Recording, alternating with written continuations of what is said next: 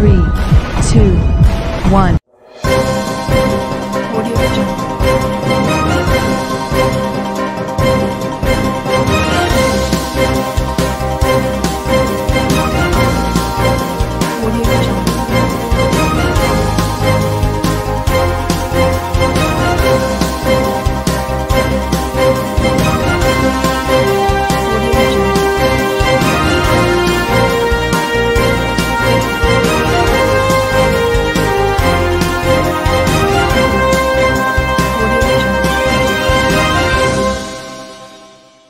नमस्कार, मैं हूं नरेश राघानी और आप देख रहे हैं हॉराइजन न्यूज।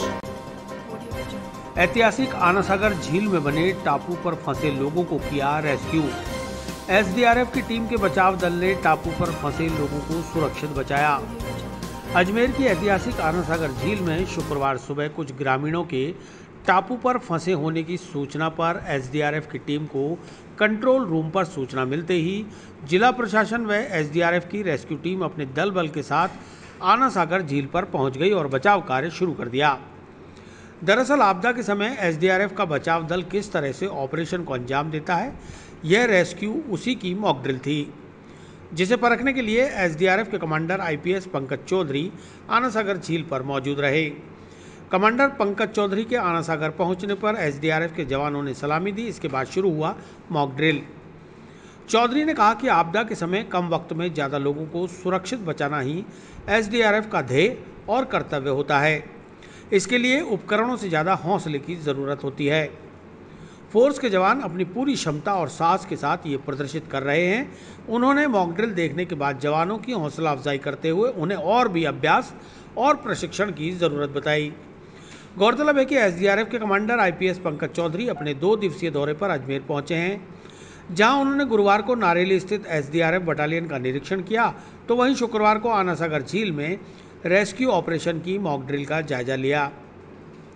उन्होंने कहा कि आपदा में बचाव का कार्य करने के लिए लगातार अभ्यास और प्रशिक्षण की जरूरत रहती है।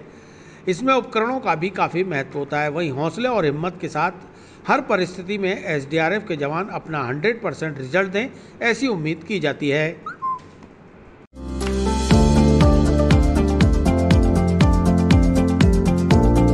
Mohan watch and mobile Ajmer शहर में 4 प्रतिष्ठान, आपकी अपनी मोबाइल की दुकान। हेलो एवरीवन, मैं मोहन वॉच एंड मोबाइल पे आपका सभी का स्वागत करता हूँ। मेरी अजमेर में 4 दुकानें हैं। आप कहीं पे भी जाइए, आपको सभी जगह सेवा भरपूर मिलेगी। आ जाइए मोहन वॉच एंड मोबाइल पे, आपकी अपनी दुकान, जहां आपको मिलेंगे हर ब्रांड के लेटेस्ट मोबाइल और एक्सेसरीज, वो भी सबसे कम और किफायती दरों पर। मोहन वॉच एंड मोबाइल कचहरी रोड, नसीराबाद रोड, वैशाली नगर और स्टेशन रोड, अजमेर। देखिए, जैसा कि एसडीआरएफ का जो राज्य आपदा प्रतिसाद बल है, इसकी जो इम्पोर्टेंस है वो आपदाओं में लगातार आपके सामने दिखता है।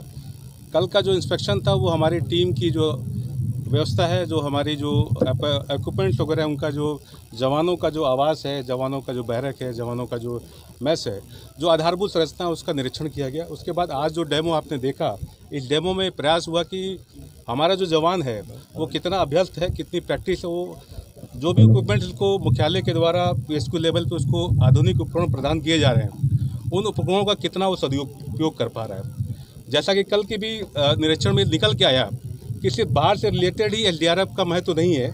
आने वाले समय में अगर हम जयपुर अजमेर हाईवे को देखें तो तमाम एक्सीडेंट्स हम लगातार देखते हैं। इसके अलावा अन्य तरह की आपदाएं भी जो मानव जनित हैं, उसमें कहीं ना कहीं जैसे गैस रिसाव हो गया, कुओं में कई बार ऐसे कई तरह की आपदाएं आती हैं, तो एसडीआरएफ उसका रोल प्ले कर रही है। एसडीआरएफ के लिए जो मुख्य बातें जो जवानों को बताने की है, उनके साथ साथ ये है कि वो इक्विपमेंट में उनको पारंगत है। उनके पास बहुत से इक्विपमेंट ऐसे हैं जो अन्य संस्थाओं के पास भी नहीं है। लेकिन मुझे लगता है कि एसडीआरएफ में बचाव और राहत एक ऐसी सकारात्मक फोर्स है जिसका काम से बचाव करता है। और मुझे लगता है कि भगवान ने एक मौका दिया है एसडीआरएफ के जवानों को जो किसी के जान बचा सके। जो है आपदा सेवा कटिबद्धता एक बहुत अच्छा स्लोगन है, जिसमें कि ये जवानों के अंदर एक टीम भावना देने का प्रयास है कि आप भगवान के दूत हैं, भगवान के द्वारा आपको एक मौका दिया जाता है जहाँ पे कि आप लोगों की जान बचाते हैं। तो इस संदर्भ में मैं इनके निरीक्षण और इनके डेमो से मैं इतना कह सकता हूँ कि इनका प्रयास, इनका एफर्ट, इनका अभ्यास अच्छा है, इसमें और ज़्यादा इम्प्रूवमेंट करने की आवश्यकता है। तो आज किस तरह का देखा कि कुछ ग्रामीण जो है एक टापू पे वहाँ पे उनको पाया गया और उसके बाद उनको रेस्क्यू करने का प्रयास किया, क्योंकि उनके पास कोई साधन नहीं है। तो एसडीआरएफ की टीम को सूचना मिली कंट्रोल रूम के माध्यम से, तो बटालियन से निर्देश मिलने के बाद स्थानीय प्रशासन को के साथ लेते हुए उनका रेस्क्यू किया गया और उसमें किसी एक बच्चे की डूबने की स्थिति हुई, उसको उन्होंने बाहर निकाला और उनको सीपीआर मेथड के द्वारा उनको पुनर्जीवित किया गया। कुछ लोगों को उन्होंने मेडिकल ट्रीटमेंट के लिए हॉस्पिटल भी भेजा और इसके साथ साथ और भी जो रेस्क्यू में ये लगता है कि कुछ और लोग भी शामिल हो सकते हैं, उनको भी बाद में सर्च किया। उसके बाद फाइनली सारी चीज़ें करने के बाद उन्होंने अपने रेस्क्यू को समाप्त किया। अखिल राजस्थान राज्य कर्मचारी संयुक्त महासंघ एकीकृत जिला शाखा अजमेर द्वारा मुख्यमंत्री और कृषि मंत्री के नाम सौंपा ज्ञापन। 9 सूत्रीय मांगों को जल्द से जल्द पूरा करने की मांग के साथ दी आंदोलन की चेतावनी।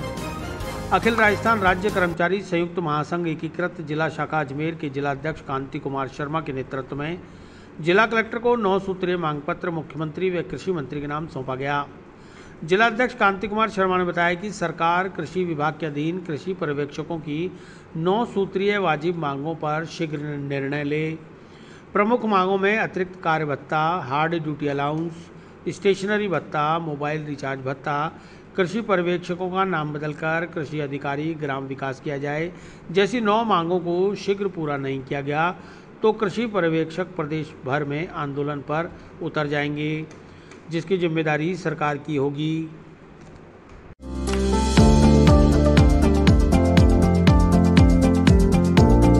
Mohan watch and mobile Ajmer शहर में 4 प्रतिष्ठान, आपकी अपनी मोबाइल की दुकान। हेलो एवरीवन, मैं मोहन वॉच एंड मोबाइल पे आपका सभी का स्वागत करता हूँ। मेरी अजमेर में 4 दुकानें हैं। आप कहीं भी जाइए, आपको सभी जगह सेवा भरपूर मिलेगी। आ जाइए मोहन वॉच एंड मोबाइल पे, आपकी अपनी दुकान, जहां आपको मिलेंगे हर ब्रांड के लेटेस्ट मोबाइल और एसेसरीज, वो भी सबसे कम और किफायती दरों पर।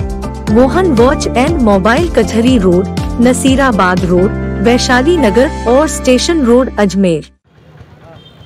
आज हमने एकीकृत महासंघ के बैनर तले कृषि विभाग के जो कृषि पर्यवेक्षक है जिले के, उनका हमने 9 सूत्रीय मांग पत्र है वो पूरे राजस्थान में आज महासंघ के बैनर तले दिया जा रहा है। हमने भी आज कृषि विभाग के जो हमारे साथी हैं, वो जो कृषकों से सीधे जुड़े हुए हैं, उनका ज्ञापन दिया है। उनकी 9 सूत्रीय मांग पत्र है, क्योंकि कृषि पर्यवेक्षक एक गांव में एक ऐसी खड़ी है जो खुरपी से लगा के ट्रैक्टर तक का अनुदान किसान को दिलाते हैं। उनकी 9 सूत्रीय मांग पत्र ये है कि जिस तरीके से उनके पास अतिरिक्त चार्ज रहता है एक जगह से अपने मुख्यालय के अलावा, तो उसका पारिश्रमिक दिया जाए। एक उनका जो क्रॉप कटिंग करते हैं और जो डेटा वगैरह कलेक्ट करते हैं, चाहे वो पाइपलाइन का हो, चाहे वो जलौज का हो, चाहे फव्वारा सिंचाई का हो, उसका जो भी काम है वो अपनी खर्चे के पॉकेट से करते हैं, ऑनलाइन है। इसलिए ये 9 सूत्रीय मांग पत्र दिया है। और एक मांग उनकी जायज़ है, उनकी पे स्केल एसडीओ के बराबर है। उन्होंने ये कहा कि जिस तरीके से ग्राम सचिव का सरकार ने पदभार बदला है, नाम परिवर्तन किया है, हम भी चाहते हैं कृषि पर्यवेक्षक से हमारा पद ग्राम विकास, कृषि अधिकारी ग्राम विकास के नाम से जाना जाए। इस तरीके से हमारे जिलाध्यक्ष कृषि के श्री नवीन शर्मा साथ हैं, बाकी हमारे पदाधिकारी साथ हैं। हमने आज जिला कलेक्टर के माध्यम से ये ज्ञापन सौंपा है। टाटा पावर ने लॉकडाउन में बिना रीडिंग लिए भेजे एवरेज बिलों की जमा राशि के बावजूद दोबारा 2 महीने के भेज दिए बिल। बिजली के बिलों को लेकर उपभोक्ताओं का फूटा गुस्सा, हाथीबाटा डिस्कॉम पर किया प्रदर्शन। कोरोना महामारी को लेकर पूरे प्रदेश भर में पिछले 1.25 महीने से लॉकडाउन लगा रहा। इस दरमियान अजमेर में टाटा पावर विद्युत विभाग द्वारा लोगों के घरों पर विद्युत रीडिंग नहीं ली गई और बिना सोचे समझे एवरेज के नाम पर अनाप शनाप राशि के बढ़े हुए बिजली के बिल भेज दिए गए। जब लोगों के पास कोई रोजगार ही नहीं रहा, लोग भूखे मरने लगे थे, तो ऐसे में सरकार और प्राइवेट कंपनी टाटा पावर को संवेदनशील होकर लोगों के प्रति थोड़ी संवेदनशीलता बरतनी चाहिए थी। लेकिन सरकार और टाटा पावर मिलकर लोगों की जेब काटने में लगी है। गरीब जनता हर महीने बिल कैसे जमा कराए? पहले 2 महीने का बिल जितना आ रहा था, अब 1 महीने का ही उतना बिल आ रहा है। ये सरासर सरकार और बिजली कंपनियों की लूट है, जो जनता को मिलकर लूटने में लगे हैं।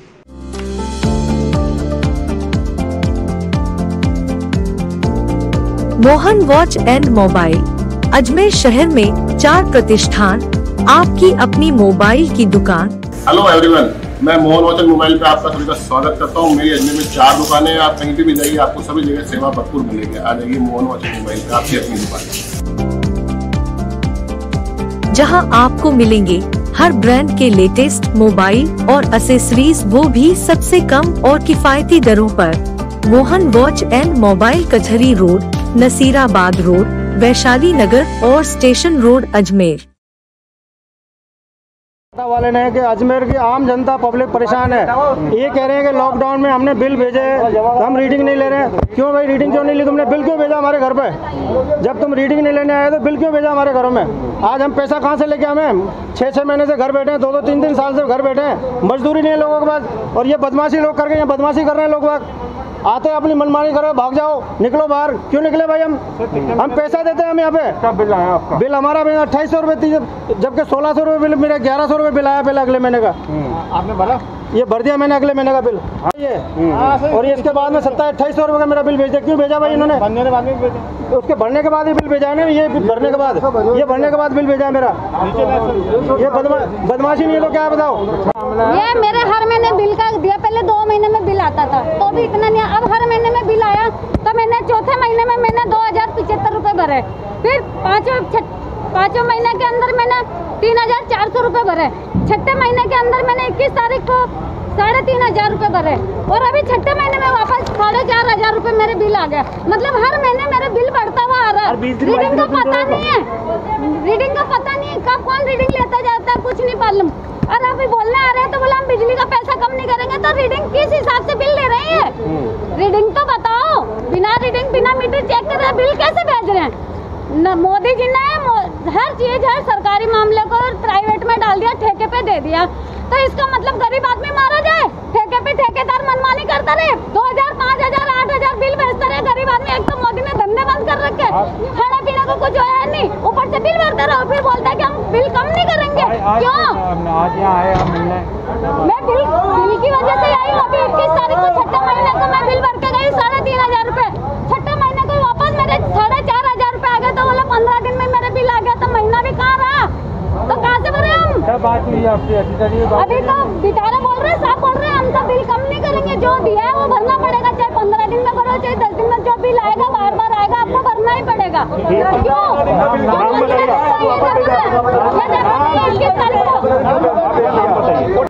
टाटा पावर द्वारा घरेलू उपभोक्ताओं को हर माह के बिजली के बिल में फ्यूल चार्ज, सरचार्ज आदि के अनाप शनाप चार्ज लगाकर भेजे जा रहे हैं। आम जन ने हजारों रुपए के भेजे गए विद्युत बिलों पर आपत्ति दर्ज कराते हुए मुख्यमंत्री अशोक गहलोत से हस्तक्षेप की मांग की है, अन्यथा धरना प्रदर्शन की चेतावनी दी है।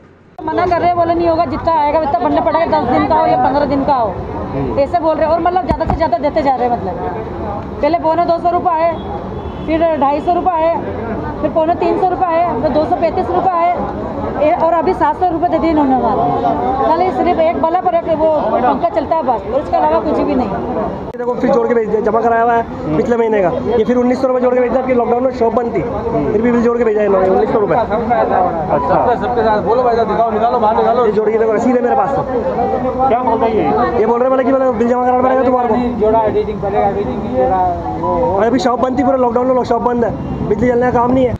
टाटा पावर की इस हठधर्मिता से त्रस्त कई उपभोक्ताओं ने बताया कि एक तरफ तो कोरोना महामारी की वजह से लॉकडाउन लगा रहा, उस पर भी फ्यूल चार्ज, सरचार्ज आदि अनेकों चार्ज लगाकर अनाप शनाप बिजली के बिल भेज दिए गए। बिना रीडिंग के औसत बिल भेजकर सरकार और विद्युत विभाग ने अपना खजाना भरने में लगी है, जबकि महामारी में रोजी रोटी को मोहताज उपभोक्ताओं को बिजली के बिलों में राहत देनी चाहिए थी। लेकिन संवेदनहीन सरकार व आलाकमान उपभोक्ताओं का गला काटने में जुटे हुए हैं। क्लिक करके लेकर आई हूँ।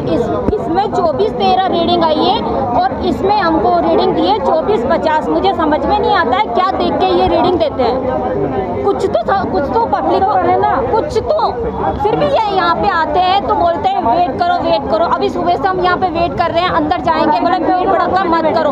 अब यहाँ पे हम कहाँ चक्कर काटे? यहाँ आएंगे तो बोलेंगे बाहर जाओ, वहाँ वेट करो, ये यहाँ से जाओ, वहाँ से जाओ। अभी इतनी पब्लिक हो रही है लेकिन कोई सॉल्यूशन नहीं होता। वादा करते तो निकालते, धक्के देके बाहर निकालते। अब जब इसमें रीडिंग ही गलत है तो ये करेक्शन करेंगे नहीं करेंगे? अभी बोलते हैं कि आपका यहाँ पे कोई मैं पैसे बिल्कुल कम नहीं करूँगा। तब अभी आप खुद बता सकते हो, रीडिंग गलत आई है। ये सब हमारा मीटर तो हमारे पास है ना, हम फोटो क्लिक करके लेके आए हैं, उसको देख के तो ये समझ में नहीं आता काम कैसे करते हैं। हमारे खुद के घर में काम दाम नहीं है, हम काम दाम छोड़ के बैठे हैं, कैसे इतना बिल भरे हम। आज तो उनसे मिले अभी हमको वेट करने के लिए बोला है। 11 रुपये का, ठीक है। और ये बिल है अपना, ये बिल दिया है इन्होंने 58 दिन का, और ये बिल हमारा जमा है 29 दिन का। ये वाला बिल जमा है। उसके बाद ये 58 दिन का बिल दिया है इन्होंने 1944 रुपये का। और ये रसीद, अब क्या दिक्कत है? अब दिक्कत ये आ रही है कि ये 2 महीने का बिल भेज दिया इन्होंने, 1 महीने का भर चुके हैं, और ये दूसरे महीने का बिल भेज दिया। और हर बार इनको जो कंप्लेंट करने आते हैं तो हर बार या तो धक्का देके निकाल देते हैं कि या पता नहीं कुछ ना कुछ ज्ञानबाजी करके ये रवाना कर देते हैं। मतलब सुनवाई नहीं होती है कुल मिला के, ये है यहाँ। ठीक है, नाम बताइए। बिल लेके आए सबसे पहले महीने में 22 यूनिट थे 31 दिन का, फिर दूसरे महीने में आया 29 दिन का 20 यूनिट, फिर तीसरे महीने में 285 यूनिट आता है 60 दिन का। ये कह रहे हैं कि सर्दियों में खपत कम होती है, सर्दियों में खपत कम होती है, गर्मियों में बढ़ जाती है। तो मैंने इनसे पूछा कि सर्दियों में अगर 2 पंखे चल रहे थे, 2 नहीं चल रहे थे, सर्दियों में कम होती है, गर्मियों में 2 चले। अप्रैल में भी गर्मी पड़ती है, मई में भी गर्मी पड़ती है। मई जून में ज़्यादा डिफरेंस नहीं है, मई में जितने पंखे चलाए हैं, जितने कूलर और फ्रिज चलाए हैं, उतने जून में चले होंगे। तो मई का जब 20 यूनिट है तो जून का क्या 250 यूनिट हो जाएगा क्या बिल? ये कह रहे हैं खपत बढ़ जाएगी। अगर आपके घर में 2 कमरे हैं, 2 बल्ब लगेंगे, 4 बल्ब मान लो, 2 कूलर लगेंगे, तो वही जल रहे हैं अभी भी, तो क्या यूनिट 6 गुनी हो जाएंगी क्या? ये कह रहे हैं हमारा मीटर पहले ख़राब था, हमने रीडिंग ली नहीं मई की अगर रीडिंग ली तो बिल कैसे दे दिया?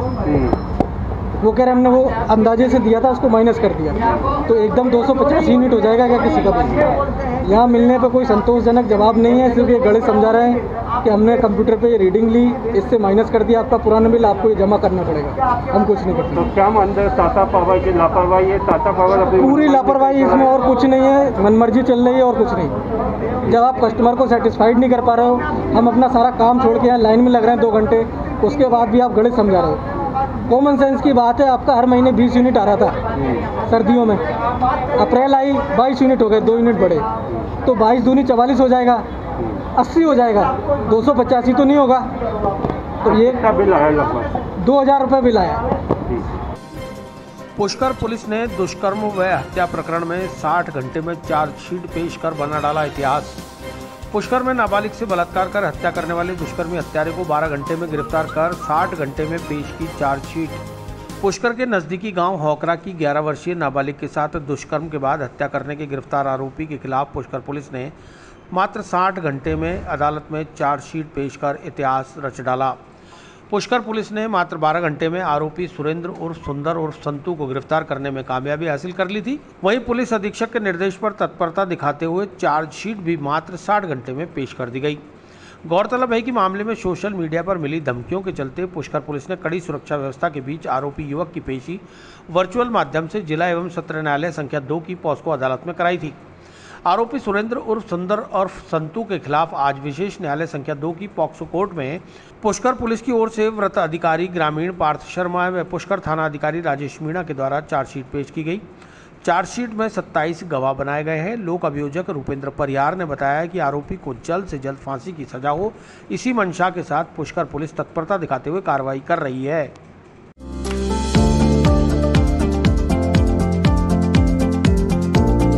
Mohan watch and mobile Ajmer शहर में 4 प्रतिष्ठान, आपकी अपनी मोबाइल की दुकान।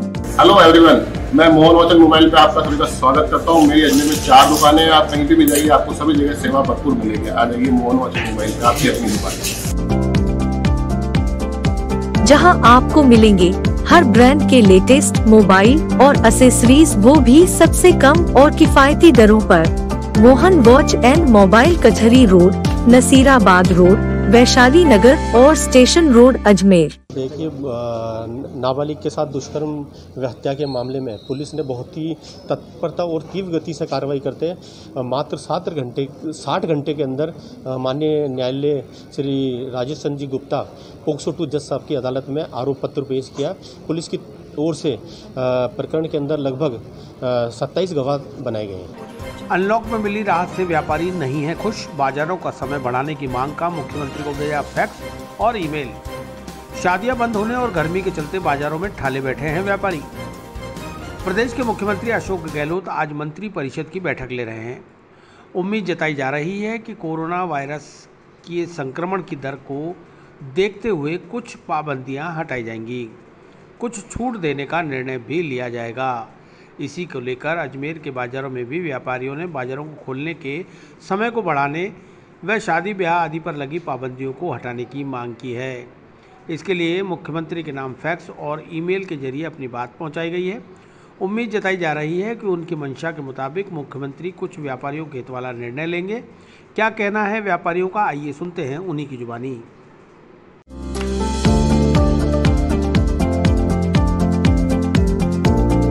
Mohan watch and mobile Ajmer शहर में 4 प्रतिष्ठान, आपकी अपनी मोबाइल की दुकान। हेलो एवरीवन, मैं मोहन वॉच एंड मोबाइल पे आपका सभी का स्वागत करता हूँ। मेरी अजमेर में 4 दुकानें हैं। आप कहीं भी जाइए, आपको सभी जगह सेवा भरपूर मिलेगी। आ जाइए मोहन वॉच एंड मोबाइल पे, आपकी अपनी दुकान, जहां आपको मिलेंगे हर ब्रांड के लेटेस्ट मोबाइल और एसेसरीज, वो भी सबसे कम और किफायती दरों पर। मोहन वॉच एंड मोबाइल कचहरी रोड, नसीराबाद रोड, वैशाली नगर और स्टेशन रोड अजमेर। ऐसे में दुकानें बंद करनी पड़ती है, दोपहर में धंधा नहीं होता है। एक्चुअली क्या है, देखो शादी ब्याह भी बंद है। राजस्थान सरकार ने वैसे टाइम खोल देना चाहिए। कोविड का माल कोविड कम हो गया है, पेशेंट भी कम आ रहे हैं, तो उसको इनको खोल के 8 बजे तक का टाइम कर देना चाहिए। फिर भी राजस्थान सरकार थोड़ा भी टाइम बढ़ाने की कह तो रही है। आज उन्होंने मीटिंग करी है कि आज देखो टाइम 6 बजे का आवे या 8 बजे का आवे, दोनों में व्यापारी हित में काम करेंगे गहलोत साहब हमारे।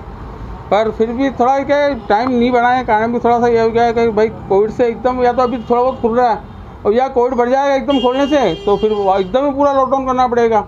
उस हिसाब से थोड़ी सरकार भी एडजस्टमेंट में है, खोलें नहीं खोलें, खोलें नहीं खोलें, उसमें लग रहा थोड़ा सा काम। क्या मानते हो कि बाकी दूसरे शहरों में खुल गया, दिल्ली जैसे में? भाई जैसे काफ़ी शहरों में खुल भी गया तो काफ़ी शहरों में बंद भी हो गया। बॉम्बे में काफ़ी इलाकों में वापस कर्फ्यू लग गया है, लॉकडाउन पूरा संपूर्ण लॉकडाउन लगा दिया और सख्त लॉकडाउन लगा है। जो पहले अपने यहाँ तो अनुशासन पखवाड़ा लगा था, वहाँ पे सख्त लॉकडाउन लगा है। बॉम्बे में 3-4 एरिया में मरीज बढ़ गए, इसलिए वहाँ सख्त लॉकडाउन लगा है। इसलिए सरकार भी थोड़ा गाइडलाइन देख के देवे, पब्लिक भी थोड़ी भीड़ भाड़ कम रहे, पर ये है व्यापारियों हित के लिए थोड़ा सा टाइम बढ़ा देवे तो अच्छा रहेगा। ऐसे में आप क्या करोगे अगर टाइम नहीं बढ़ता है तो फिर दुकानदार क्या? देखो दुकानदार तो वैसे तो कुछ करेगा नहीं, दुकानदार व्यापारी आदमी है, वैसे तो कुछ करेगा नहीं। फिर भी हमारी तो यही है, अर्ज कर सकते हैं सरकार से थोड़ा सा माहौल देख के और काम खोल दे, थोड़ा सा 8 बजे का टाइम देते हुए व्यापारी भी इजीली अपनी दुकान चला सके, जिससे व्यापारियों पर बोझ नहीं पड़े, क्योंकि नौकरों की तनख्वाही देनी पड़ती है, व्यापारी को खर्चे और भी होते हैं, दुकान का खर्चा, खुद का घर चलाना, बच्चों की फीस का खर्चा, काफ़ी खर्चे हैं व्यापारी साथ भी बंधे हुए। इसलिए क्या है कि हम एक सरकार को खाली अर्ज कर रहे हैं 8 बजे का टाइम कर दो, और हमें उम्मीद है कि गहलोत साहब 99% आज फैसला करके और टाइम बढ़ा देंगे इसका। अगर नहीं बढ़ता है तो बढ़ जाएगा, हमें उम्मीद है। आज भले ही 2 घंटे बढ़ो, 6 बजे तक का टाइम करो या 8 बजे तक का करो। कि आपने दुकानों को दिया है, अगर प्रशासन नहीं मानता है तो फिर आप दुकानें खोलोगे 8 बजे बाद? राज्य सरकार के कुशल नेतृत्व के चलते हमने कोरोना संक्रमण पर काफ़ी हद तक निजात पाई है। हमारी राजस्थान की जनता और अजमेर की जनता भी बड़ी जागरूक है इसको लेकर के कि कोविड गाइडलाइन के अंतर्गत मास्क लगाना, सोशल डिस्टेंसिंग की पालना करना, जो सरकारी गाइडलाइन उसकी पालना की जा रही है। लेकिन अब चूँकि जब संक्रमण बिल्कुल नगण्य सा 0 डिग्री पे आ गया है, तो आम व्यापारी जिसकी पिछले 2 महीने से कमर टूटी हुई है, हम चाहते हैं कि उस कमर टूटी हुई पर मरहम लगाने के लिए अब राजस्थान के मुख्यमंत्री जो आज मंत्रिमंडल की मीटिंग ले रहे हैं, हमें पूरा विश्वास है कि जो हमारे 4 बजे तक का मार्केट खोलने का समय था वो आज या तो 8 बजे तक का वो कर देंगे, संभवतः ऐसी उम्मीद है हमें, क्योंकि उन्हें भी पूरा फीडबैक है राजस्थान का। और अगर फिर भी हमारी सरकार बात नहीं मानती है तो हम व्यापार महासंघ के बैनर तले हम मीटिंग करके हमें कोई ना कोई उचित निर्णय लेना पड़ेगा, क्योंकि व्यापारी काफ़ी परेशान हो चुका है पिछले 2-2.5 महीने से। लगभग वो कोविड की गाइडलाइन की पालना करने और लॉकडाउन में ही अपना समय व्यतीत कर चुका है। व्यापार धंधे पूरे ठप हैं, क्योंकि जो आखिरी जो शादियों का जो सीज़न है वो भी लगभग निकल चुका। अब केवल 15 दिन शादियों का और अवसर है व्यापारियों के लिए 0 रत्ती पर थोड़ा सा अपना पेट पालन करने के लिए। तो हम चाहते हैं कि सरकार इसको तुरंत आज ही निर्णय ले और ये निर्णय लेकर के आम जनता को, आम व्यापारियों को राहत प्रदान करें। अच्छा, ऐसे में दोपहर में गर्मी भी रहती है, पब्लिक नहीं निकल पाती है, निश्चित रूप से अभी राजस्थान के अंदर और अजमेर के अंदर भीषण गर्मी का प्रकोप चल रहा है और आम ग्राहक का दोपहर को 11:30 से लेकर शाम को 4 बजे तक मार्केट में आना बहुत मुश्किल है, क्योंकि आवासीय कॉलोनियाँ भी दूर दूर है। ऐसे में उनका यहाँ पे आना, फिर व्यापारियों को जो 4 बजे तक की जो गाइडलाइन में दे रखा है, तो वो 3 बजे से ही तैयारी करने लग जाता दुकान बंद करने की, क्योंकि आधा घंटा लगभग पौन घंटा लग ही जाता अपनी शॉप मंगल करने में। ऐसे में मतलब लॉकडाउन अनलॉक किए जाने का आम व्यापारियों को मेरे हिसाब से अभी तक कोई फ़ायदा नहीं मिला है। ये फ़ायदा तभी और इसके अनलॉक की सार्थकता तभी है जब इसका टाइम शाम को 8 बजे तक का कर दे। अगर प्रशासन नहीं मानता तो फिर अपनी दुकान आप अपनी मर्जी से 8 बजे तक खोलोगे? निश्चित रूप से अगर हमारा प्रशासन अगर हमारी बात नहीं मानेगा और हमें पेट पूजा के लिए कुछ तो करना ही पड़ेगा। पर हमें विश्वास है, आज मंत्रिमंडल की मीटिंग इसको लेकर के ही हो रही है कि अनलॉक को और कैसे आगे बढ़ाया जाए। निश्चित रूप से हमारे मुख्यमंत्री हमारी बात को सुन रहे हैं। हमने ज्ञापन भी भेजा कलेक्टर महोदय के पास और ज्ञापन के तहत कार्रवाई भी हुई है, क्योंकि पहले आपको ध्यान है सवेरे 6 से 11 का टाइम था, फिर उसको 4 बजे का लेके आए, फिर हमने ज्ञापन दिया। हो सकता है आज हमारी मांग पूरी हो जाए। तो ऐसे में कि दुकान बढ़ाने का समय हो जाता है और गिराकी नहीं हो पा रही है अभी। राजस्थान सरकार व्यापारियों के हित का ध्यान नहीं रख रही है। राजस्थान में ये मालूम नहीं पड़ रहा कि प्रदेश के राजस्थान के अनेकों प्रदेशों में पूर्ण रूप से लॉकडाउन खुल चुका है, लेकिन राजस्थान के अंदर आज भी वो स्थिति बना रखी है। जब व्यापार का समय होता है तो व्यापारी दुकान बंद करने लग जाता है। दिन में भीषण गर्मी पड़ती है, 11 से 4 को कस्टमर आता नहीं है, 4 बजे हमारा व्यापार बंद हो जाता है। हर समय व्यापारी 2 महीने से इनको हम लोग मैसेज कर रहे हैं, हर समय कॉन्फ्रेंस कर रहे हैं, लेटर भेज रहे हैं, इसकी कोई सुनाई राज्य सरकार में होने नहीं है। क्या है कि राजस्थान सरकार अपने खुद अंतरकलह में पड़ी है, तो उन अंतरकलह का नुकसान व्यापारियों के ऊपर भारी रूप से पड़ रहा है। अच्छा, ऐसे में अगर फिर भी नहीं मानते तो आप लोग क्या करोगे? 30 तारीख तक हम इंतजार करेंगे। अगर नहीं मानेगी तो हम व्यापारी अपने आप पे कमेटी अपने हमारी जो एसोसिएशन है राजस्थान पूरे की, वो अपना निर्णय लेके व्यापार खोलेगी, चाहे सरकार चालान करो चाहे दुकानें बंद कराओ। वैक्सीनेशन ने पकड़ी रफ्तार, आंकड़ा हुआ 13,000 पार। उपखंड अधिकारी की मेहनत ला रही है रंग, जारी की अपील, अफवाहों पर न दें ध्यान, वैक्सीनेशन जरूर कराएं। तीर्थ नगरी पुष्कर में लगातार चल रहे 18 वर्ष से अधिक उम्र के वैक्सीनेशन कार्यक्रम में युवाओं का जोरदार उत्साह देखने को मिल रहा है। शुक्रवार को कस्बे में CHC सहित 3 स्थानों पर वैक्सीनेशन सेंटर बनाए गए। लगातार चल रहे वैक्सीनेशन कार्यक्रम की रफ्तार का अंदाजा इसी आंकड़े से लगाया जा सकता है कि आज वैक्सीनेशन के आंकड़े ने 13,000 की संख्या पार कर ली। कमोबेश रोजाना चल रहे वार्डवार वैक्सीनेशन कैंप में वार्डवासियों का उत्साह लगातार जारी है। वार्ड पार्षद, चिकित्सा विभाग की टीमें और BLO के सामूहिक प्रयासों का परिणाम है कि कस्बे में वैक्सीनेशन के आंकड़े ने 13,000 को पार कर लिया है। SDM दिलीप सिंह राठौड़ लगातार ग्राउंड जीरो पर जन जागृति के लिए मुस्तैद नजर आ रहे हैं। आज भी CHC पुष्कर सेंटर का निरीक्षण करने पहुंचे SDM राठौड़ ने युवाओं से आह्वान किया कि अफवाहों पर ध्यान न दें और अपनी बारी आने पर वैक्सीनेशन जरूर करवाएं।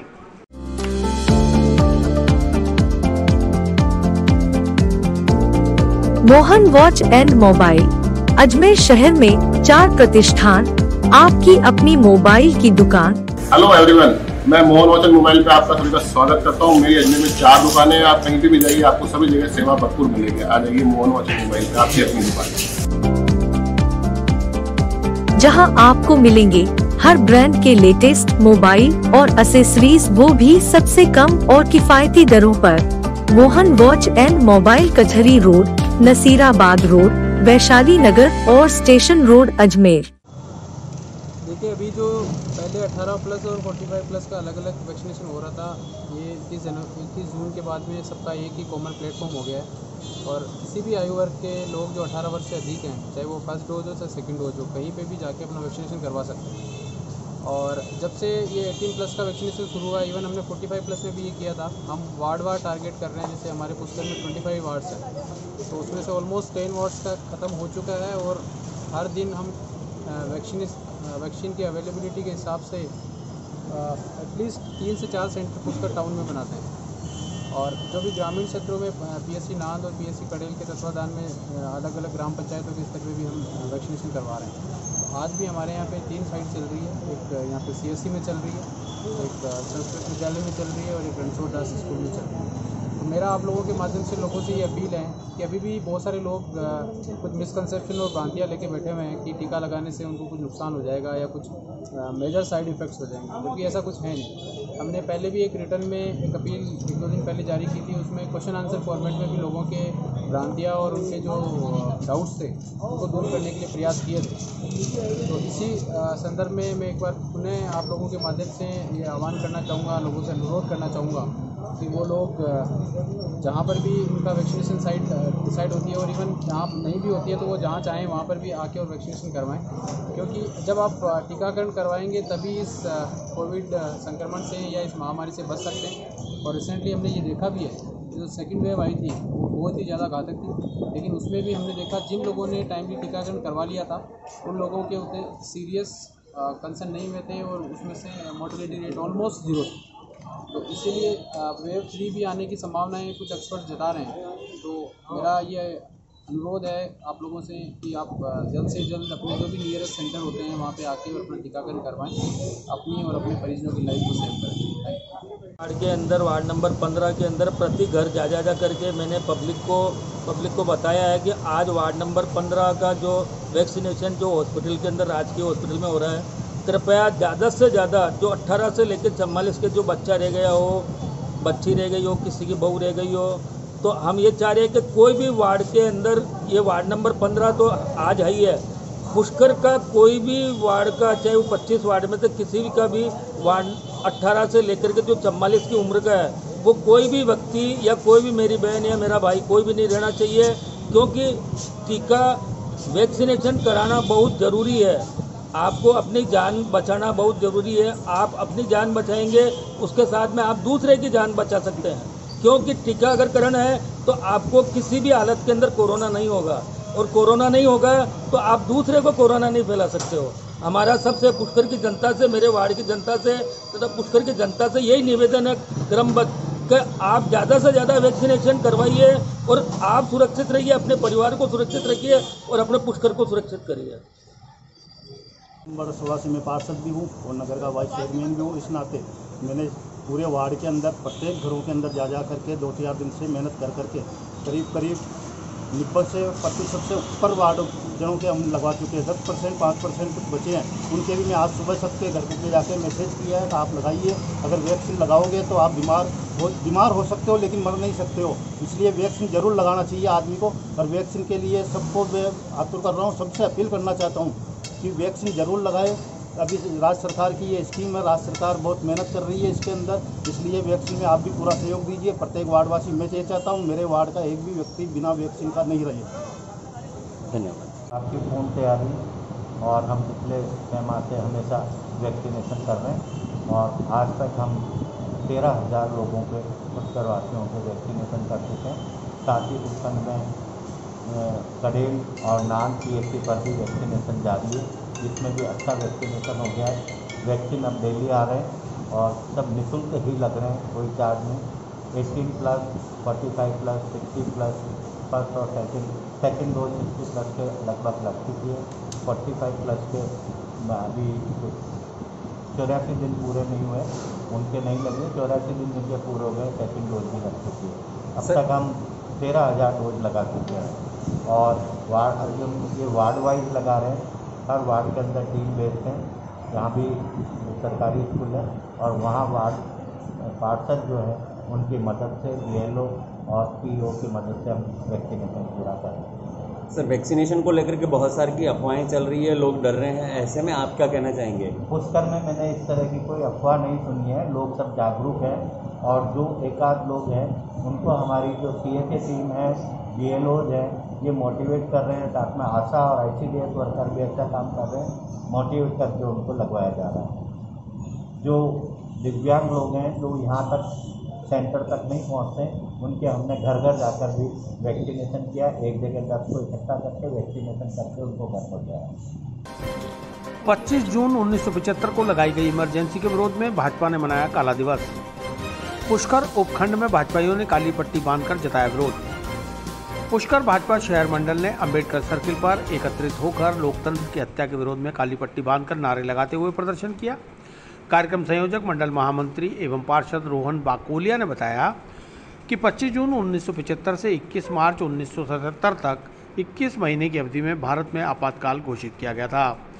तत्कालीन राष्ट्रपति फखरुद्दीन अली अहमद ने तत्कालीन प्रधानमंत्री इंदिरा गांधी के कहने पर भारतीय संविधान की धारा 352 के अधीन आपातकाल की घोषणा कर दी। स्वतंत्र भारत के इतिहास में यह सबसे विवादास्पद और अलोकतांत्रिक काल था।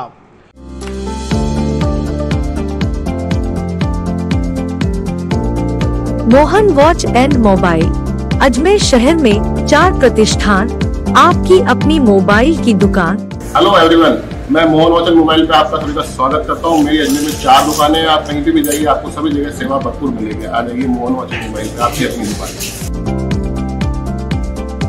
जहां आपको मिलेंगे हर ब्रांड के लेटेस्ट मोबाइल और एसेसरीज, वो भी सबसे कम और किफायती दरों पर। मोहन वॉच एंड मोबाइल कचहरी रोड, नसीराबाद रोड, वैशाली नगर और स्टेशन रोड, अजमेर। 25 जून को 1975 को थोड़ा तेज बोलो 11:30 बजे तत्कालीन प्रधानमंत्री इंदिरा गांधी ने जो इमरजेंसी लगाई थी, उस दिन लोकतंत्र की हत्या हुई थी, जो कि काला दिवस है। और इससे इमरजेंसी के टाइम लोगों को काफ़ी परेशानी हुई थी, जिसका आज हम विरोध कर रहे हैं काली पट्टी बांध के। हम सभी को बताना चाहते हैं कि ये 25 जून जो हुआ था, ये काला दिवस था। महामंत्री अरुण वैष्णव ने बताया कि आपातकाल में चुनाव स्थगित हो गए तथा नागरिक अधिकारों को समाप्त करके मनमानी की गई। इंदिरा गांधी के राजनीतिक विरोधियों को कैद कर लिया गया और प्रेस को प्रतिबंधित कर दिया गया। राष्ट्रीय स्वयंसेवक संघ पर भी प्रतिबंध लगा दिया गया। प्रधानमंत्री के बेटे संजय गांधी के नेतृत्व में बड़े पैमाने पर पुरुष नशबंदी अभियान चलाया गया, जो भारतीय इतिहास की सर्वाधिक काली अवधि के रूप में जानी जाती है। इस अवसर पर मंडल अध्यक्ष पुष्कर नारायण भाटी, पालिका उपाध्यक्ष शिव स्वरूप महर्षि, महिला मोर्चा अध्यक्ष लक्ष्मी पाराशर, मीडिया प्रभारी मोहित पाराशर, महामंत्री संदीप पाराशर, वरिष्ठ उपाध्यक्ष अशोक पाराशर, उपाध्यक्ष कमल जैकी पाराशर, पार्षद कैलाश श्रेष्ठी, धर्मेंद्र नागोरा, हेमराज तेजी, वरिष्ठ नेता लखन सरवाड़िया, सर्वेश्वर शास्त्री, धर्म प्रकाश रावल, मनीष सोनी, मुकेश जाखेटिया, विनोद, बागचंद बाकोलिया आदि कई कार्यकर्ता मौजूद रहे।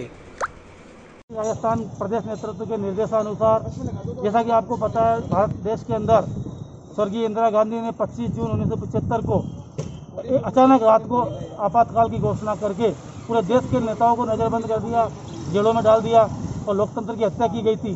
उसको आज भारतीय जनता पार्टी पूरे देश में काला दिवस के रूप में मना रही है। इसी कड़ी में आज हम यहाँ पे वाइस चेयरमैन साहब, मंडल अध्यक्ष जी के नेतृत्व में बाबा साहब को माल्यार्पण करने के पश्चात हमारा विरोध प्रदर्शन किया है। काले झंडे, काली पट्टी बांध के हमने पूरे सेक्टर में जाएंगे, नारेबाजी की है, लोगों में रोष है, कार्यकर्ताओं में, तो हमने उस काला दिवस को आज प्रकट किया है। स्मार्ट सिटी में अजमेर का रेल म्यूजियम भी लुभा रहा है पर्यटकों को। रेलवे द्वारा शुरू किए गए रेल संग्रहालय में ब्रिटिश काल से वर्तमान व भविष्य की रेल की मिल रही है जानकारी। रेल संग्रहालय को और भी उन्नत बनाते हुए 24 जून से इसे आमजन के लिए फिर से खोल दिया गया है। फिलहाल रेल म्यूजियम आमजन हेतु अवलोकन के लिए आगामी 15 दिनों तक टॉय ट्रेन के अलावा निःशुल्क रखा गया है। टॉय ट्रेन का सामान्य शुल्क देकर आमजन इसका आनंद ले सकते हैं। 4 मार्च 2019 में राज्यसभा सांसद भूपेंद्र यादव के द्वारा व अन्य गणमान्य अतिथियों की गरिमा में उपस्थिति में इस रेल म्यूजियम का शुभारंभ किया गया था, जो कि कोरोना महामारी के संक्रमण के चलते बंद रहा। अब फिर से इसे आमजन हेतु खोल दिया गया है। अजमेर मंडल की महान ऐतिहासिक विरासत को और संरक्षित करने व आमजन को भारतीय रेल की समृद्ध विरासत से परिचित करवाने के लिए रेलवे द्वारा अजमेर में नसीराबाद रोड स्थित पुरानी विद्युत उत्पादन इकाई में यह रेलवे संग्रहालय स्थापित किया गया है। यह म्यूजियम 15,795 वर्ग मीटर परिसर में फैला है। रेल म्यूजियम को नगर निगम अजमेर के सहयोग से शहरी विकास मंत्रालय की हृदय योजना के तहत वित्त पोषित किया गया है। रेल म्यूजियम का उद्देश्य अजमेर मंडल सहित भारतीय रेल की विरासत और समृद्ध विरासत को संरक्षित करना है और इसके व्यापक रूप से दर्शकों के लिए प्रदर्शित करना है। रेल संग्रहालय में अजमेर मंडल का इतिहास, उनका बुनियादी ढांचा और उनके वृत्तचित्र और ग्राफिक विरासत है। 1870 के दशक से अजमेर और देश में रेलवे संचालन का इतिहास, लोकोमोटिव कोच, वैगन और अन्य उपकरणों सहित भारत में रेलवे की प्रगतिशील तकनीकी विकास, भारत में रेलवे का काम और काम करने की स्थिति, भारत के सामाजिक, राजनीतिक, सांस्कृतिक, आर्थिक और पर्यावरणिक इतिहास पर रेलवे का प्रभाव और भारत के इतिहास में भारतीय रेलवे का योगदान बखूबी दर्शाया गया है। रेल संग्रहालय परिसर में आकर्षण का केंद्र एक टॉय ट्रेन है, जिसके लिए मीटर गेज का ट्रैक बिछाया गया है। इस टॉय ट्रेन को मीटर गेज की 5 पुश ट्रॉलियों से बनाया गया है। रेल म्यूजियम में 3D प्रभावों के साथ कैनवास पर बनाई गई सीनोग्राफी, साइनेज, सबसे पुराने भाप इंजन का मॉडल, विश्व युद्ध के समय राजपूताना मालवा रेलवे का मॉडल और राजस्थान के तीर्थ स्थानों के मार्ग, रेलवे की प्रौद्योगिकी और इंजीनियरिंग आदि पर आधारित इंटरैक्टिव मॉडल सहित अन्य ऐतिहासिक महत्व की वस्तुएं प्रदर्शित की गई हैं।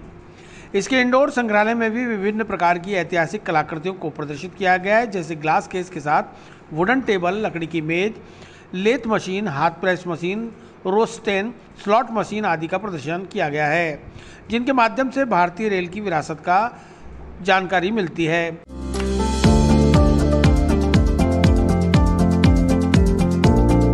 Mohan watch and mobile Ajmer शहर में 4 प्रतिष्ठान, आपकी अपनी मोबाइल की दुकान। हेलो एवरीवन, मैं मोहन वॉच एंड मोबाइल पे आपका सभी का स्वागत करता हूँ। मेरी अजमेर में 4 दुकानें हैं। आप कहीं भी जाइए, आपको सभी जगह सेवा भरपूर मिलेगी। आ जाइए मोहन वॉच एंड मोबाइल पे, आपकी अपनी दुकान, जहां आपको मिलेंगे हर ब्रांड के लेटेस्ट मोबाइल और एसेसरीज, वो भी सबसे कम और किफायती दरों पर। मोहन वॉच एंड मोबाइल कचहरी रोड, नसीराबाद रोड, वैशाली नगर और स्टेशन रोड, अजमेर। क्या क्या चीज़ें देखने को मिलेगी आम जनता को? यहाँ पे रेल का इतिहास सभी को मिलेगा कि रेल कैसे भारत के अंदर आई और किस तरह कहाँ का कितने आयाम इसने तय किए। एक जो कोयले से चलना शुरू हुई थी, अलग तरह के सिग्नल सिस्टम पे शुरू हुई थी, वो आज जाके इलेक्ट्रिक और बुलेट ट्रेन की बातें कर रहे हैं, वहाँ तक हम पहुँचे हैं। इसमें जब से शुरू हुई है ईयर वाइज भी चीज़ें दिखा रखी हैं। और रेलवे में जो अलग अलग वर्क काम करते हैं, जैसे सिग्नल विभाग है, इंजीनियरिंग विभाग है, वाणिज्य है, जो जिस तरह की टिकटिंग होती है, सिग्नल किस तरह के होते हैं, इलेक्ट्रिक किस तरह का होता है, वो सारा यहाँ प्रदर्शित किया हुआ है। हमारे यहाँ पे शॉर्ट फिल्म भी दिखाई जाएगी और बाहर जो टॉय ट्रेन देख रहे हैं बच्चों को भी पसंद आएगी। यहाँ पे शायद अजमेर में इस तरह की व्यवस्था नहीं है। एक नया एक धरोहर अजमेर के लिए ये रेल म्यूजियम रहेगा। बच्चों को टॉय ट्रेन देखने को मिलेगी, नहीं बैठने को भी मिलेगी उसमें, और यहाँ पे उनको अच्छा भी लगेगा कि किस तरह ट्रेनें शुरू हुई थी और क्या क्या पड़ावों से ये निकली है, आज जिस स्थिति में पहुँचे हैं तो उस समय पहले क्या होता था, वो सब कुछ यहाँ पे जानकारी पूरी मिलेगी। कितने बजे से कितने बजे तक ओपन रहेगा? ये अभी जो कोविड गाइडलाइंस के अनुसार ही हम इसको रेगुलेट कर रहे हैं, तो अभी 9 से 3 अभी रहेगा और आगे जैसे भी जितनी छूट मिलती जाएगी उसके अनुसार इसकी टाइमिंग्स पे रिव्यू करेंगे। उनके चार्जेस क्या रहेंगे? अभी यहाँ पे 50 रुपये टिकट रखी गई है, इसमें भी उसका प्रदर्शन और ये टॉय ट्रेन के 50 रुपीज़ रखे गए हैं। एंट्री अभी फ्री है 15 दिन के लिए, फिर 15 डेज के बाद में 20 रुपये है एडल्ट के लिए और चाइल्ड के लिए उसमें डिस्काउंट है 10 रुपीज़ पे। सर इस म्यूजियम में क्या क्या है देखने के लिए पुराने ज़माने के? आपको यहाँ पे इंजन दिखेंगे अलग तरह के, जो कोचेस थे अलग तरह के रेलवेज़ के, जो धीरे धीरे चेंज होते गए। यहाँ पे आपको इक्विपमेंट्स जो यूज़ होते थे अलग अलग विभागों द्वारा जो किए गए, जो ब्रिटिश पीरियड से चले आ रहे इक्विपमेंट्स यहाँ पे प्रदर्शित जितने हम कर सकते थे वो सारे करवाए गए हैं, जिससे कि सबको इसका इन्फॉर्मेशन मिलेगी कि कहाँ से ये रेल शुरू हुई थी और आज हम कहाँ तक पहुँचे, तो सारी चीज़ें यहाँ आपको प्रदर्शित मिलेंगी। म्यूजियम का अवलोकन करने नॉर्थ ईस्ट मणिपुर इम्फाल से आए परिवार ने इसकी सराहना की। उन्होंने बताया कि उन्हें अपने पुराने दिन याद आ गए हैं कि किस तरह से भारतीय रेल का स्वरूप हुआ करता था। से अजमेर शहर में म्यूजियम आज देखा आपने पहली बार? अजमेर म्यूजियम हमने पहली बार देखा है। हम लोग बाहर से आए हैं। कहाँ से? हम लोग मणिपुर से आए हैं। कैसा लगा आपको? नॉर्थ ईस्ट में बहुत अच्छा लगा। अच्छा, तो इसमें क्या पुराने ज़माने से रेलवे के बारे में जानकारी मिली? तो बस पुराने ज़माने की सब चीज़ें दिख रही हैं, टिकट काउंटर देख लो, मशीनें देख लो, सब पहले के ज़माने का सब याद आ गया। अच्छा। जो हमारे बचपन में हमने देखा था अब बच्चों को दिखा रहे। अच्छा, तो अभी आपने फोटो भी खिंचवाई? हाँ जी फोटो भी खिंचवा ली। कैसा? बहुत अच्छा लगा? बहुत अच्छा लगा। म्यूजियम है और कैसा लगा? ये म्यूजियम अच्छा है, पुराने सभी पुरानी तरीके की सामग्रियाँ मौजूद है यहाँ पे, ट्रेन से रिलेटेड। अच्छा, तो आज रेलवे के पुराने ज़माने की चीज़ें देखी तो फिर किस तरह से फील हुआ जो पहले किताबों में लिखी? पहले फिल्मों में हमने ऐसा देखा था, उसका जब ओरिजिनल देख रहे हैं तो बहुत फ़र्क दिख रहा है। एडवोकेट हूँ मैं, अजमेरी प्रैक्टिस करता हूँ, रेजिडेंस नसीराबाद है। ये हमारे मेहमान आए हुए हैं मणिपुर इम्फाल से, इनको हम लेके आए तो मैंने कहा म्यूजियम आज फर्स्ट डे है तो चलो म्यूजियम घुमा दें। किस तरह का लगा? अच्छा लगा सर, म्यूजियम बहुत अच्छा बनाया इन्होंने, अजमेर के हिसाब से अच्छी चीज़ है, बहुत अच्छा। किस तरह के हैं? पुष्कर में नए हॉस्पिटल को लेकर राजनीतिक, सामाजिक व धार्मिक संगठन हुए लामबंद। पुष्कर सरोवर के 52 घाटों पर मानव श्रृंखला बनाकर जताया विरोध। पुष्कर के खरेकड़ी रोड पर प्रस्तावित पुष्कर राजकीय अस्पताल की भूमि को लेकर पिछले 1 महीने से विरोध प्रदर्शन लगातार जारी है। विरोध आंदोलन की कड़ी में गुरुवार शाम कस्बे के समस्त राजनीतिक, सामाजिक व धार्मिक संगठनों के सैकड़ों लोग एक जाजम पर आए और तीर्थ सरोवर के 52 घाटों पर हाथों में पुष्कर तीर्थ की रक्षा के स्लोगन लिखी तख्तियां लेकर जमकर नारेबाजी करते हुए प्रदर्शन किया। सामाजिक कार्यकर्ता अरुण पाराशर व पार्षद रविकांत पाराशर के नेतृत्व में एक शाम पुष्कर तीर्थ के नाम मानव श्रृंखला में कस्बे के साधु संत, युवा, बूढ़े, बच्चे, महिलाएं सभी बड़ी तादाद में शामिल हुए और पुष्कर की रक्षा कौन करेगा, हम करेंगे के नारों से पुष्कर सरोवर को गुंजायमान कर दिया। सामाजिक कार्यकर्ता अरुण पाराशर, पार्षद रविकांत पाराशर व एनिमल केयर सोसाइटी के अध्यक्ष हेमंत रायता ने कहा कि अगर खरेकड़ी रोड पर अस्पताल के लिए आवंटित की गई भूमि को निरस्त कर पुष्कर में दूसरी जगह भूमि आवंटित नहीं की जाएगी तो पुष्करवासी उग्र आंदोलन करेंगे। प्रदर्शन के दौरान सरोवर पर पुलिस का जाब्ता भी तैनात रहा। प्रदर्शन में प्रमुख रूप से भाजपा नेता ओम प्रकाश पाराशर, कांग्रेस नेता बाबूलाल दगदी, पार्षद जयनारायण दगदी, गोपाल तिलोनिया, शरद वैष्णव, पुलिस मित्र टीम इंचार्ज अमित भट्ट, मौसम शर्मा, मधुसूदन भाऊ, वैद्यनाथ पाराशर, गोपाल पाठक सहित सैकड़ों पुष्करवासी मौजूद रहे।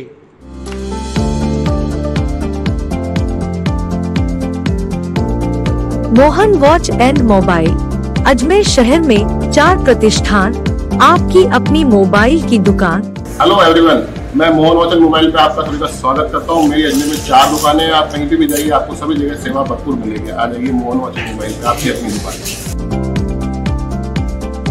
जहां आपको मिलेंगे हर ब्रांड के लेटेस्ट मोबाइल और एसेसरीज, वो भी सबसे कम और किफायती दरों पर। मोहन वॉच एंड मोबाइल कचहरी रोड, नसीराबाद रोड, वैशाली नगर और स्टेशन रोड, अजमेर। तीर्थ बहुत प्राचीन है और प्राचीन तीर्थ की सुरक्षा संरक्षा हमारा स्वयं का अस्तित्व समाप्त करना है। इस तीर्थ के गौरव को रक्षा के लिए जो भी प्रयत्न किया जाएगा वो उसमें हम सब अग्रणी रहेंगे, क्योंकि पुष्कर तीर्थ एक बहुत प्राचीन तीर्थ है। ये सतयुग का तीर्थ माना गया है और इस तीर्थ की सुरक्षा और संरक्षा रखना हमारा सबका दायित्व है। इसमें आप भी शामिल हैं, हम भी हैं। तो इस तीर्थ की सुरक्षा के लिए जो भी मुहिम की जा रही है उसमें हम पूर्णतः सहमत हैं। आप अस्पताल के लिए क्या कहना चाहते हैं? अस्पताल की जो बात है, देखिए अस्पताल की जो विषय है ये पूरे जन जागरूकता का विषय है। सभी व्यक्तियों को सुलभता से जो जगह उपलब्ध हो सकती हो, ऐसी जगह ऐसी वस्तु बननी चाहिए। ऐसी जगह नहीं बननी चाहिए कि जिस जगह व्यक्ति पहुंच ना पाए, जिसकी कोई जगह की कोई महत्वता, उस जगह की कोई औचित्यता नहीं हो पाए। हमारे पुष्कर में कोई जमीन की कमी तो है नहीं। ये तो ठीक है, प्रशासन एक कोर्ट की बहाना ले रहा है, प्रशासन अपना स्वयं कुछ बता रहा है, परंतु प्रशासन स्वयं ये कर सकता है कि वो उचित जगह पर सबको इसका लाभ मिल सके। क्योंकि पुष्कर के चारों तरफ 40 गांव लगते हैं जो कि पुष्कर सेंटर में, और उन 40 गांव को इसका उपयोग होना है, इसका लाभ मिलना है। ये खाली एक पुष्कर का या एक व्यक्ति विशेष की बात नहीं है, इस सबको इसका लाभ मिलना है। तो इस लाभ की जगह ऐसी होनी चाहिए जिससे उसकी जगह सुलभता से प्राप्त हो सके। पुष्कर पुलिस मित्र टीम ने सबसे जहरीले सांप कॉमन क्रैट को किया रेस्क्यू। नजदीकी गांव बांसेली की एक नर्सरी में छिपे जहरीले सांप को पकड़कर जंगल में छोड़ा। बारिश का मौसम आते ही खतरनाक जहरीले सांपों ने रिहायशी बस्तियों में दस्तक देना शुरू कर दिया है, जिनमें कॉमन क्रैट, स्पेक्टिकल कोबरा सहित अनेक प्रजातियों के सांप रोजाना रिहायशी इलाकों व घरों में पहुंच रहे हैं। ऐसा ही एक वाकया पुष्कर के नजदीकी गांव बांसेली में देखने को मिला, जहां कमला नर्सरी में रात 10 बजे एक सांप दिखाई देने पर भय व्याप्त हो गया। तत्काल पुलिस मित्र की रेस्क्यू टीम को फोन पर सूचना दी गई, जिस पर इंचार्ज अमित भट्ट के साथ स्नैक रेस्क्यूअर राजेंद्र वच्छानी, सांवरा शर्मा, आदित्य भट्ट, धर्मेंद्र जोशी, मदन नायक तुरंत मौके पर पहुंचे, जहां दुर्लभ प्रजाति के भारत में पाए जाने वाले 4 सबसे जहरीले सांपों में से एक कॉमन क्रैट सांप दिखाई दिया। टीम ने बिना समय गंवाए तुरंत जहरीले सांप कॉमन क्रैट को काबू किया और परिवार को इस सांप के बारे में विस्तार से जानकारी देकर भयमुक्त किया। टीम ने वन विभाग के अधिकारियों से निर्देशन प्राप्त कर सांप को पुनः सुरक्षित जंगल में छोड़ दिया। भूपेंद्र सिंघोदिया ने पुलिस मित्र टीम का आभार जताते हुए बताया कि ये सांप आज दिन में 3 बार दिखाई दिया, लेकिन हर बार आंखों से ओझल हो गया। रात्रि में पुणे दिखने पर पुलिस मित्र टीम को बुलाकर सुरक्षित रेस्क्यू करा दिया गया।